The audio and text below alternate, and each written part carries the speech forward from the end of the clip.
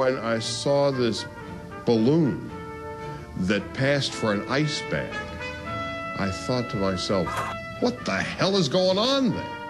I kept looking for the end swell in the corner, which every professional trainer has this frozen metal to reduce the swelling and preserve the eyesight. They hadn't even brought the right material, not thinking this fight's going to go past 2 rounds.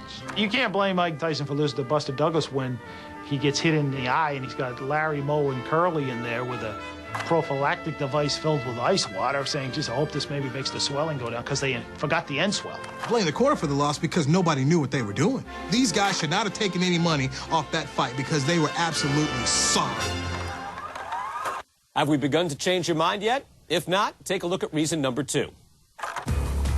Like many great offensive fighters, Tyson's ability was easy to overrate. Mike Tyson had come to believe in his own invincibility. There's nobody on this planet that can beat me. Everybody was raving about him, and he was obviously raving about himself as the baddest man on the planet. Is there any way in your mind that you can see you losing this fight? No way. Perhaps if I chop off both of my arms. Mike Tyson was up here, everybody else was down here. So I don't blame him for thinking that Buster Douglas is just going to be another win. Tyson's undefeated record included 18 knockouts in the first round, but critics questioned the quality of opposition. Despite the fact that Tyson was a huge favorite, I think that people still felt that Tyson had something to prove. He still hadn't really beaten anybody of any consequence at that point. 2 things were missing from Mike's resume. The lengthy, legendary fight that really tested his mettle for the long haul, the kind of fights that Ali and Frazier fought. And 2, the really cagey opponent. In Tokyo, Douglas made the champ look human. Unlike most of Tyson's victims, he did not buy into his aura of invincibility. And this is certainly Buster Douglas' round. All right.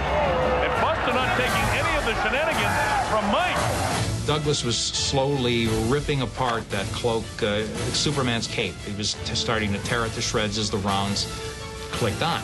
When an intimidator fails to intimidate, he becomes intimidated. Tyson getting hit like we've never seen it before. The first time he had a moment of real adversity in his entire career, he fell apart. Unbelievable! Unbelievable! I guess he thought he was so invincible that no one would dare punch Mike Tyson. I came to fight. That's when Mike Tyson, the bully, was unmasked and became just Mike Tyson, a generic fighter. Up next, the #1 reason why you can't blame Mike Tyson for losing to Buster Douglas.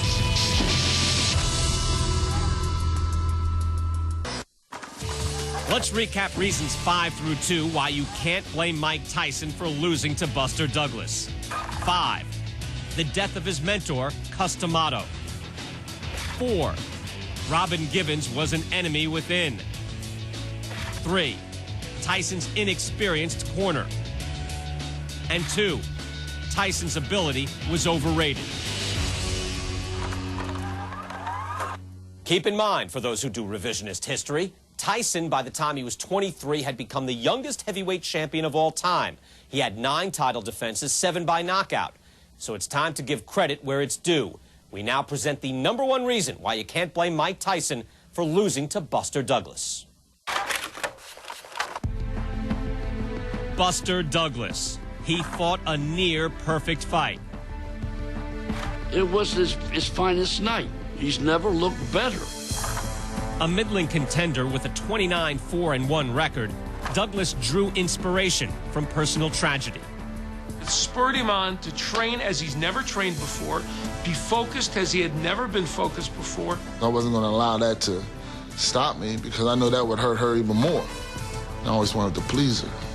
He was a kind of a psychologically freed man, and he just let it all go. Oh, a right hand! Cut Tyson right on the button! What Buster Douglas did that night was beautiful. He would wait till Mike would plant his feet, pop him twice with the left jab, move back out of range, and throw the right. Same scenario, over and over. Tyson very patient at this stage. Now he gets a little bit more aggressive, goes after Buster Douglas. Douglas fights back off the ropes. I didn't want him close to the guy. I want him always turning him. And when you keep Mike turning, he can't punch. Tyson comes in, and he's getting hit again.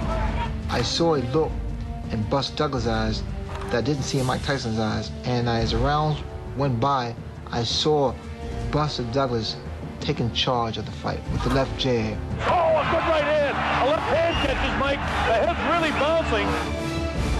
Punching and moving with finesse and ferocity, Douglas was fast and fluid. Tyson, meanwhile, showed little in the first 7 rounds. 8th round, Douglas is doing everything beautifully. Doubling the jab, lead right hands, moving Tyson around, smothering him inside. And as Tyson's somehow caught up in the ropes, he throws an uppercut from, the second row. Oh, there's a nice uppercut that time. That drops Buster Douglas. Is he going to get up? Yes, he does. All right. In the 9th round, Tyson moved in for the kill, but Douglas wasn't finished. How he turned it around was one of the most incomprehensible things I've ever seen in sport. There's suddenly Buster Douglas putting everything together once again. Buster Douglas has really brought it up from the depths of courage to nail Tyson. And he's picking apart Tyson, who has come out, charging out of the gate as an angry bull. And by the end of the round, he's being beaten on like a cowbell. Douglas is gutting it on him. He nails Mike again. So that the 9th basically was a preview of things to come in the 10th. Surprising after Douglas went down to see him come back and nail Tyson like this.